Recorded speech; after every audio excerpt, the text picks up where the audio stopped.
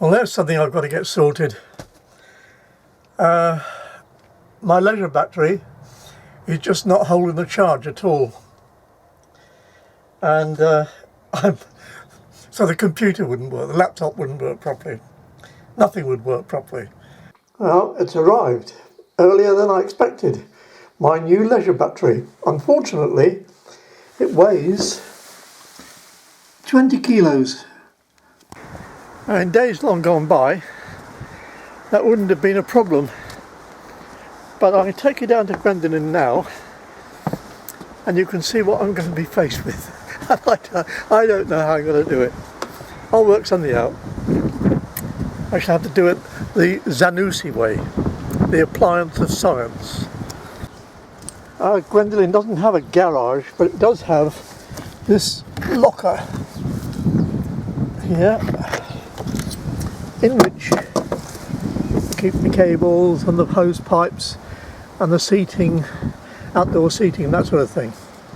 And it's also accessible from the inside by pulling that bed out, which I have actually never done before, and down there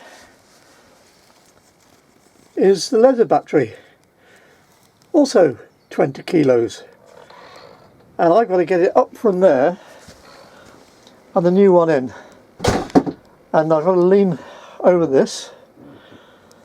I'll have to work some way out of levering it up, because it's underneath, partly underneath that part there, so it's not just a straight lift up. Anyway, I'll clear some stuff away and we'll see what I can do. Now, I know it looks as if a bomb has dropped, but it's because I've had to move a lot of stuff about, and my first task is going to be to take the two cables off. So I'll get that done. When the place is tidy, I'll show you why this particular layout really suits me. Now, for a younger man, this would be a doddle, but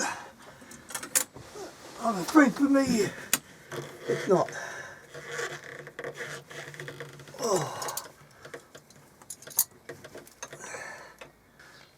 it's the wrong size.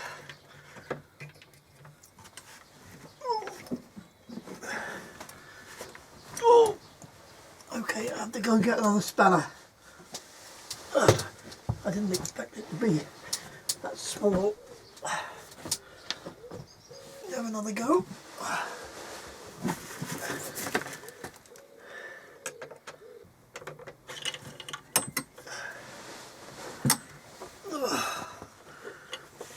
Oh yeah.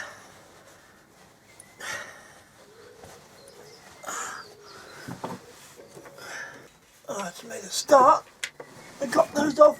Now I'm gonna, oh dear.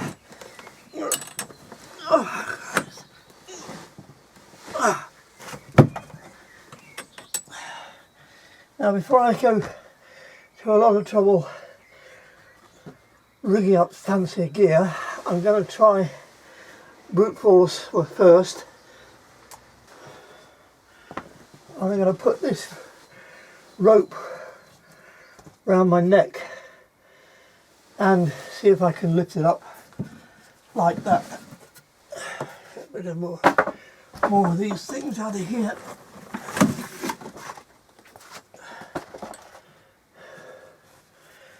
Oh, very hard work just getting down that.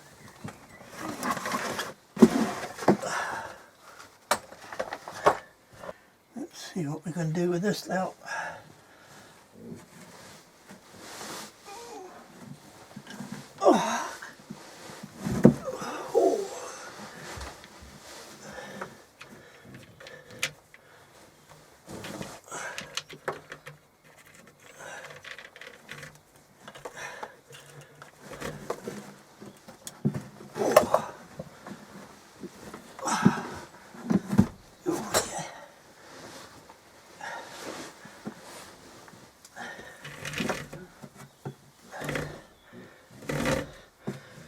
Actually, I think I might start by just trying to stand down there and lift. I wonder if I'll be lucky.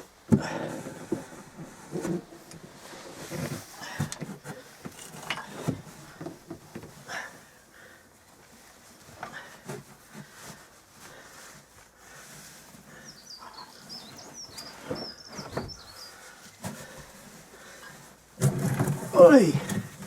How about that then? Oh, good.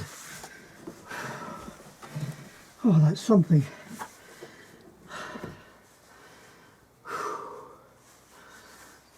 Now,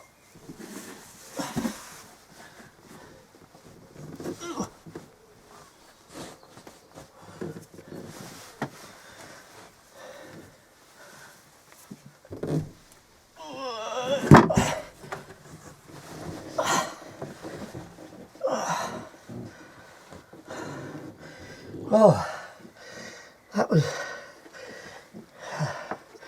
a little bit easier than I was anticipating. Thank goodness. But I've got to admit, it's left me out of breath, and I think before I struggle with that and get it on the sack truck lick to take it up to the garage ready for the tip, I think I'm gonna have a cup of tea. Gotta have a cup of tea.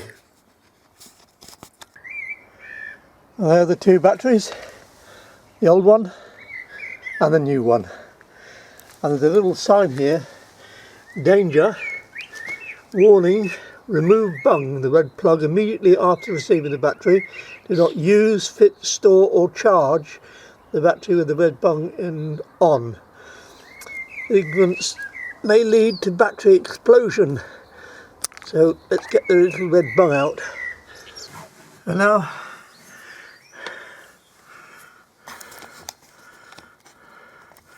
reversing the procedure, I get that rope through the two handles.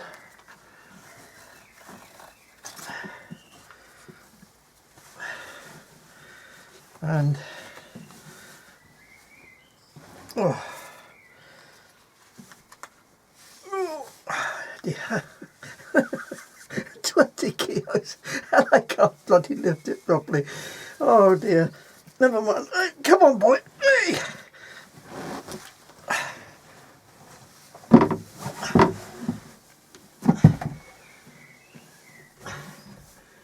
Nearly there, come on.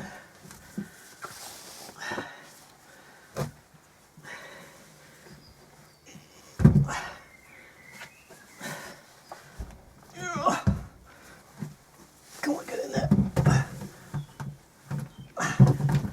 It's in. Getting old, not recommended. Go and check the battery now. Oh dear, dear, dear.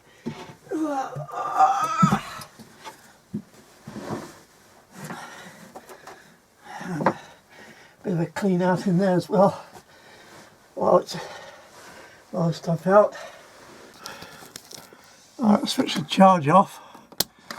And then RAM battery and battery check, and look at that, virtually full. Oh, that's wonderful. I'll put the charger back on. Right, it's clean up time. Let's get to it.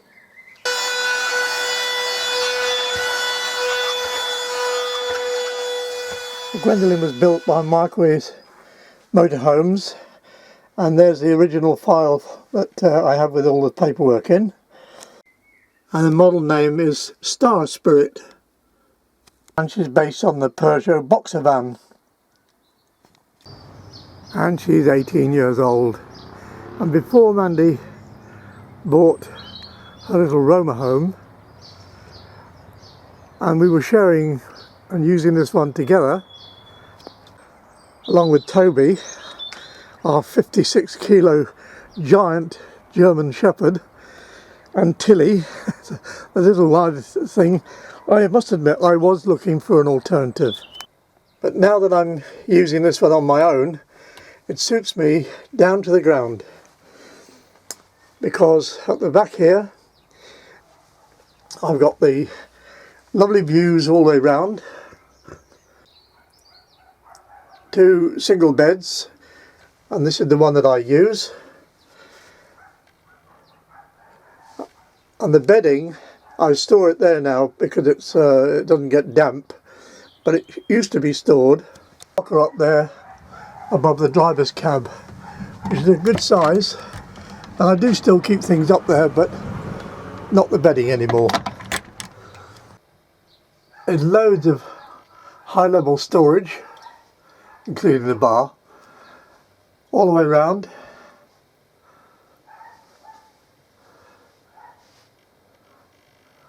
There's the electrical control panel. There's also storage below that bunk, and of course this bunk is where you saw me mucking about with the leisure battery earlier on. And because I haven't got to worry about climbing over a big dog or not treading on the little one, I now store some of my camera stuff down there and my bicycle panniers. There's plenty of storage in the kitchen area, with a good sized sink and draining board, 4-burner hob with a separate grill and oven below, and more storage drawers down there next to the refrigerator. And the reason that I have this on here now is because unfortunately the vent clip has broken, so that just holds the door open a little bit to keep it aired inside. Above the fridge there's a good reasonable sized wardrobe with shelves on this side. It houses the table, but I only use that now when for outside use, because when it was standing there with the legs and Toby, it was very, very difficult to move. So I bought that boat pedestal and I made that tabletop. Now you might say, what a mixture of wood that is, but there's a sentimental value to it. It's the last piece of some packing crates that my father made when we were in Kenya and coming back to England, and he made them all out of African hardwood, and I'm not sure which, but there's Mabuli and there's Elgin olive, and I don't know what this one is in the middle, but it's different types of wood, and that is actually the lid off one of the, or part of the lid off one of the crates that he made. At the end of my bed we have the electrical station. This table drops down, and for when I'm wild camping I've got this small inverter to work the laptop, and it works off the 12 volt and converts it to 19 for the laptop. Ideal. And then of course there's the privy, and it's okay, cassette toilet, a little wash hand basin, plenty of mirrors to make it feel bigger, and a shower. That's really nice indeed, and it's completely adequate. And then on the outside, that's the water filling point just there. A locker on the side there, which we used to use to keep the dog food in. I can use it for other things now. And that locker down there, which you saw when I was messing about with the battery. The cassette toilet tank is in that cupboard there. And here we have the vents for the refrigerator and the shore power or electrical hookup socket there. And down at the back there is the gas locker. And then of course on the back I've got my bike rack and my little electric bike. Now I've had a couple of people comment on my videos saying that they've inspired them to think about getting a motorhome for themselves. My answer to them would be, do it. It's wonderful. But make sure you think carefully about the layout and what you're going to use it and how you're going to use it, and how many passengers or how many people you're going to have along with you, and so on. Think about it carefully and have a look. Go to one of the motorhome sales places and have a look and think very hard. I happen to like the U-shaped lounge at the back, and the single beds. It can be made into a double bed if you want to, but unfortunately I get cramp at night badly, and when I do I need to get out of bed quickly and stand up. If I had to slide out at the end of the bed, I think I'd struggle like mad. This way I always leave the sleeping bag open on the one side, so I can just swing my legs straight out and stand up, and that helps me to get rid of the cramp. So these are the sort of things you need to think about. Anyway, if you've watched this far, thank you again for watching, and I'm hoping that this coming weekend I shall be off on another adventure.